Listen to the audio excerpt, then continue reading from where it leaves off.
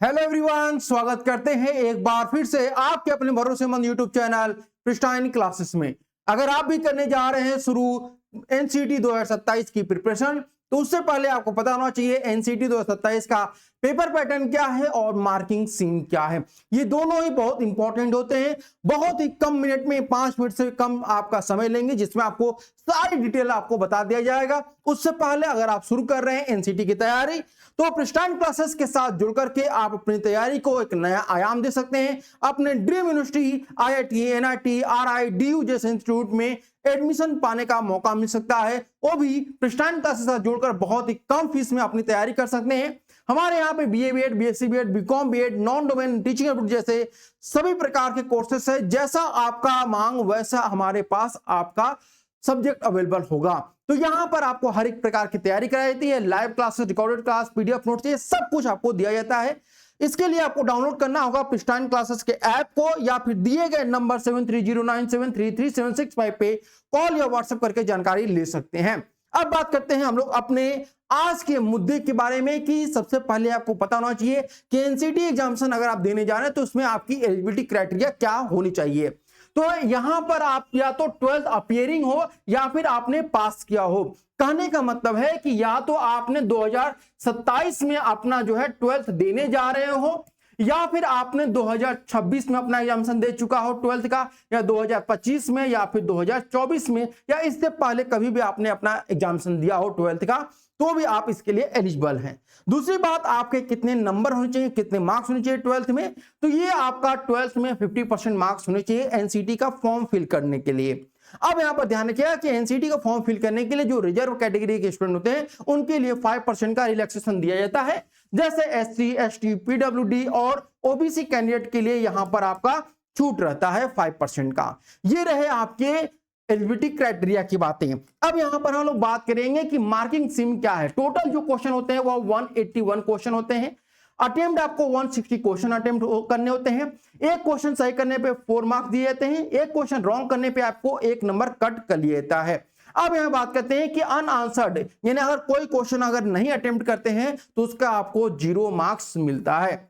आया बात समझ में? तो ये रहे आपके मार्किंग स्कीम। और यहां पर आपको बताना चाहते हैं कि ये जो आपके 181 क्वेश्चन पूछे जाएंगे, ये टोटल जो है आपके जो सब्जेक्ट होते हैं, ठीक है, इसमें टोटल 7 सब्जेक्ट आपके होते हैं, और ये सभी 7 सब्जेक्ट को मिला करके 181 क्वेश्चन आपके पूछे जाते हैं। अब यहां पर बात करते हैं आपके सबसे इंपॉर्टेंट एग्जाम पैटर्न के बारे में कि ये एग्जामिनेशन किस तरह का होता है। तो ये टोटल जो 181 क्वेश्चन पूछे जाएंगे वो मल्टीपल चॉइस क्वेश्चन आपके रहेंगे, यानी कि एक क्वेश्चन और 4 ऑप्शन आपके पास रहने वाले हैं।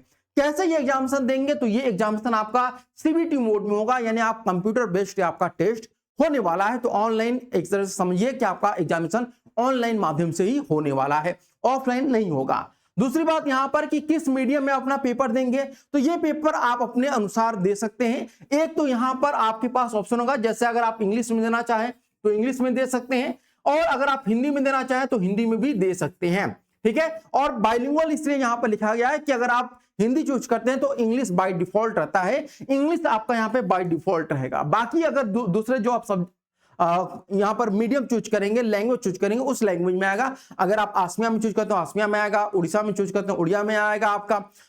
अलग अलग प्रकार के आपके क्वेश्चन पेपर होते हैं, उस प्रकार जिस मीडियम में देंगे उस मीडियम में आपको ये पेपर मिल जाएगा।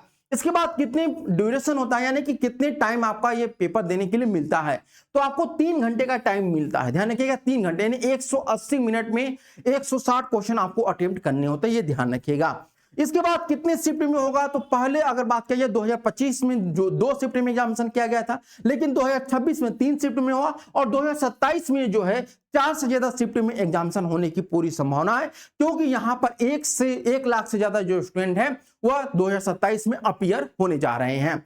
अब यहां पर सबसे इंपॉर्टेंट लास्ट में आपको बताना चाहते हैं कि ये जो एनसीटी एग्जामिनेशन होता है ये 4 सेक्शन में आपका डिवाइड होता है।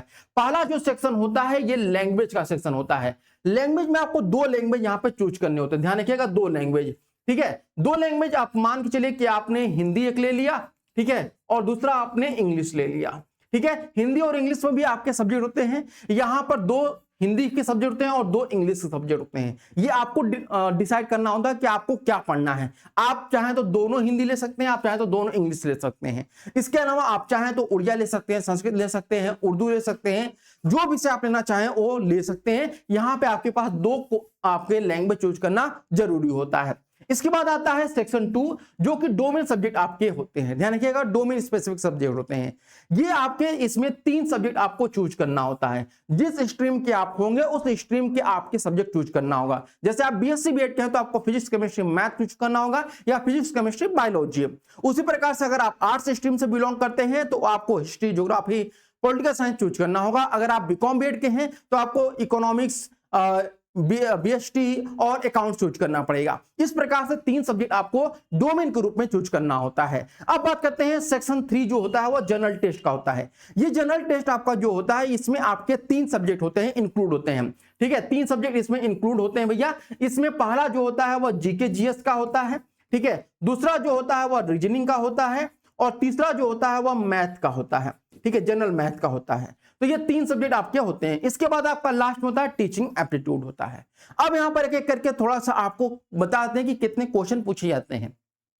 तो लैंग्वेज में अगर हम बात करते हैं तो आपके 23 क्वेश्चन आपके पूछे जाते हैं, यानी कि टोटल आपको अटेम्प्ट जो करने होते हैं भैया वो 40 क्वेश्चन आपको यहां से अटेम्प्ट करने होते हैं लैंग्वेज वाले सेक्शन में। इसके बाद डोमेन में आपको जो अटेम्प्ट करने होते हैं वो 75 क्वेश्चन आपको अटेम्प्ट करने होते हैं।